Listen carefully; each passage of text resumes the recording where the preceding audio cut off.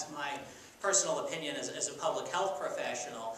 But as I said before, this doesn't tell us that we don't, this doesn't tell us we know nothing. The adverse event reports have information about distance, and that handful of systematic studies that I talked about have very good information about distance to exposure. And it's pretty clear that people living a mile from the nearest wind turbine have health problems at a substantial and disturbing rate. Those living closer, even more so. It would be nice to know exactly how far you'd have to get away, 1.2 miles, 1.5 miles, 1.8 miles, before the problems became vanishingly rare.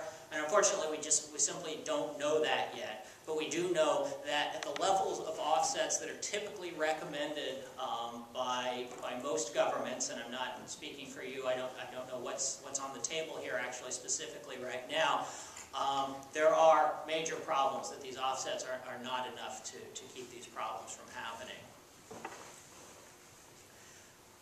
A final point about why the nature of this information is so compelling in this particular case, because of some of its unique properties, is something that in economics we call revealed preference. That is, revealed preference is the opposite of cheap talk.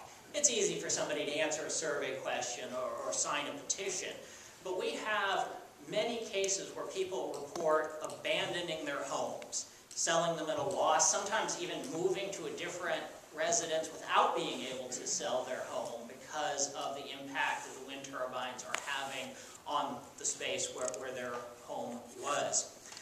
This tells us not only that was there a serious problem, a problem serious enough for someone to complain about, to document, to say I'm suffering a serious problem, but it was actually worth giving up their home for. It was worth losing tens of thousands of dollars. Real hard evidence that we almost never get when we're trying to quantify how big a health impact is. Usually we have to go through all sorts of models and contortions to figure out how big a number to assign to a particular health impact, because we don't have a direct economic measure like this. In this case, we do, and it's pretty impressive. Short of that, even in cases where people stay in their homes, many of them have spent thousands of dollars trying to retrofit their homes to mitigate the effects.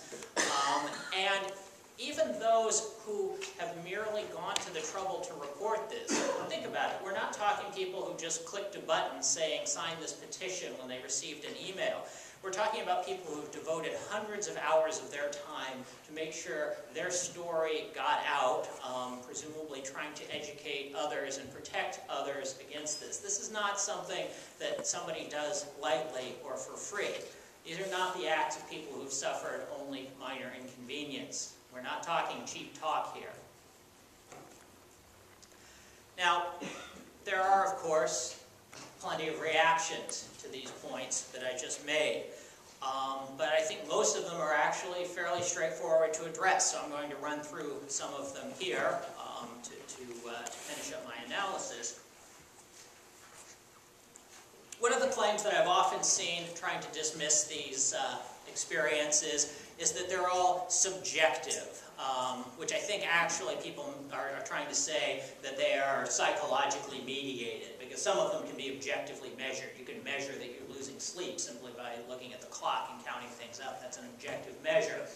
But the attempt to dismiss them, I alluded to having a broken leg before. Sure, having a broken leg is bad, but not being able to communicate effectively with your family and not being able to do your job from almost everyone is worse.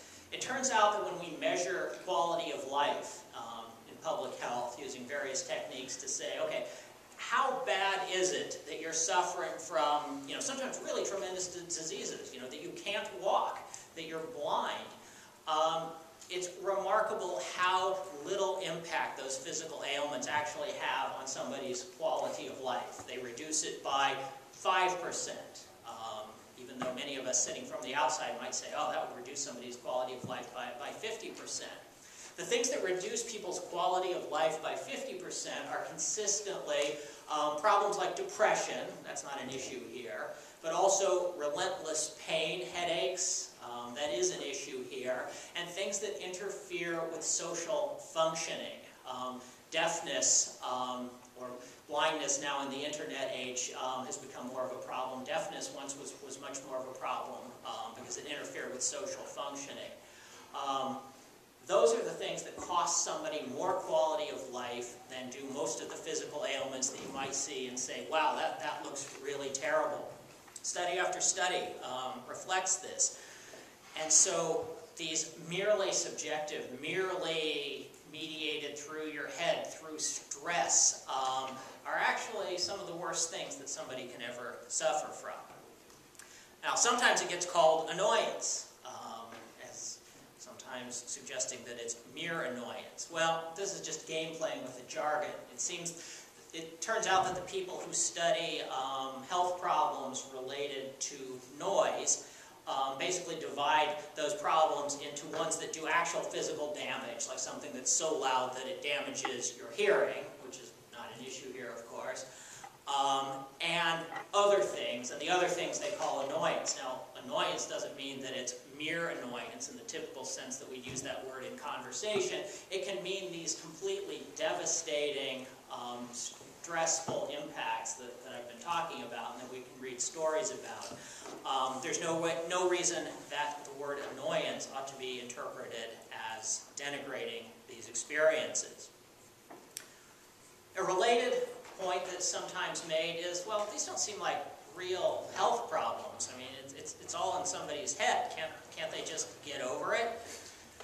Well, as I said, it's typically estimated that these somewhat psychological, somewhat physical problems, like depression and stress and mood disorders and anxiety disorders, do more damage to public health, more damage to the collective happiness of humanity than physical ailments do. It really is that bad. Not wind turbines alone doing more damage, but I point that out to emphasize how important these are. An argument that I've noticed becoming popular just fairly recently is that, oh, this is just in people's heads. They find these things to be scary, like some mystical force, and therefore they're just reacting out of irrational fear, or they irrationally hate these things for some reason, and that's causing the problems. And therefore, with some counseling, everybody could get over these problems that they're suffering. Well, most important observation about that is that it's pure speculation. I mean, nobody has provided any evidence that these irrational fears and behaviors actually exist out there, let alone any evidence that you can go in and counsel people out of these effects that are happening to them because of presumably the noise from the wind turbines. But I think most important from the perspective of public policy is, even if these claims are partially true, it really doesn't change the severity of the effect. People are still suffering. I mean, think about it. If the best argument being made right now by the supporters of installing more of these wind turbines is, well, it doesn't really count because the suffering that people are enduring is something that I don't consider to be a real health problem. Well, you can see built into that is a recognition that there is some suffering there, even if the labeling might be in dispute. Another observation that is often made has to do with the heterogeneity of the effects. That is more jargon, meaning some people get it, some people don't. Well, there's nothing at all surprising about this. Again, I'll come back to smoking and lung cancer because it's the absolute best proven epidemiologic case of cause and effect that we've ever seen out there. Not nearly everyone who smokes gets lung cancer, and we don't actually really know why. We can't even very well predict. We have now, only in the last few years, figured out some ways to better predict who's somewhat more likely to get lung cancer if they smoke. But even that is a relatively poor predictor. Different people have different experiences. It would be great if we could actually predict who is more likely to suffer these health problems and could make our public policy decisions to take that into consideration. But we simply don't know it. So one person saying, I've lived 600 meters from a wind turbine for the last year and I didn't have any problem. Well, it's not surprising at all. Perhaps half of the people living at that distance don't have any health problem, but that still leaves half that have some health problem, and 5, maybe even 10% that have really substantial health problems. People say, hey, I went out to where there's an installed turbine farm in the next county and hung out near one for a while. Well, and didn't bother me any.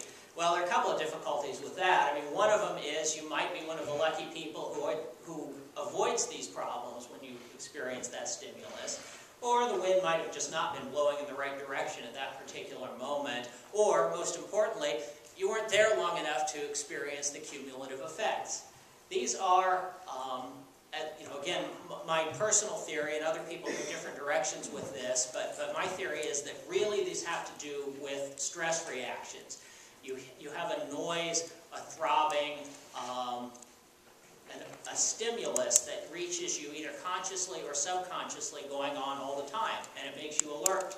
And if you're being called to alert every few seconds as the turbine spins around when the wind is blowing in a particular direction, that creates stress. It creates a fight or flight response in you over and over and over again.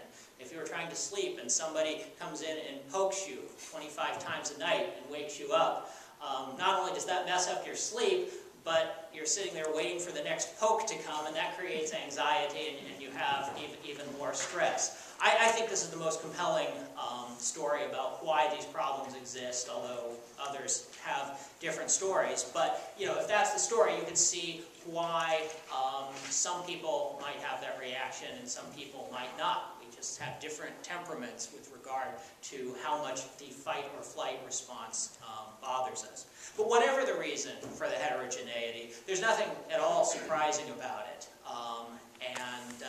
Perhaps if everybody who wasn't bothered by this were the ones who could have the turbines put in their backyards, we'd all be healthier. But unfortunately, we have no way to predict right now who those people are. So just to offer a few conclusions, and of course I'm happy to take whatever questions on this or any related topic. I really predict that this information is going to continue to not be well known and not be acted upon for a period that's measured in months, not years. The most thorough review of this topic that's ever been done was recently completed in Ontario, and that tribunal declared, and even most of the witnesses who appeared on behalf of the wind industry admitted that there are health problems that we need to better understand before we keep moving forward with this. Already there's one liability suit in Ontario as a result of this. And it might be that the rural vote in the Ontario elections, provincial elections, which are going on right now, is heavily influenced by the opposition that has grown to wind turbines in the rural communities there. We'll see that tomorrow. Unfortunately, I can't report on that just yet. But it's not just Canada, it's not just the United States. There are strong backlashes in Australia and New Zealand, and even places that are held up as being places where everybody loves wind power and are all positive about it, like the United Kingdom and Denmark. There have been protests in the street against the effects that these are having on people. Could we design and install wind turbines without causing health problems? Well, perhaps. There might be some way to do it. We can certainly site them far enough away from people's houses, but how far is far enough away? I think we're pretty confident that 2 miles is far enough away. I think we're quite confident that 1 mile is not far enough away. Now, exactly where in between, as I said, we simply haven't done the research yet to figure it out. Or maybe it's possible to improve the technology so that these problems don't happen. That would, of course, be a great thing. But in order to do that, we need to study why these problems are happening and figure that out to be able to do it, rather than continuing to install basically the same system over and over again that we already know causes problems. Does that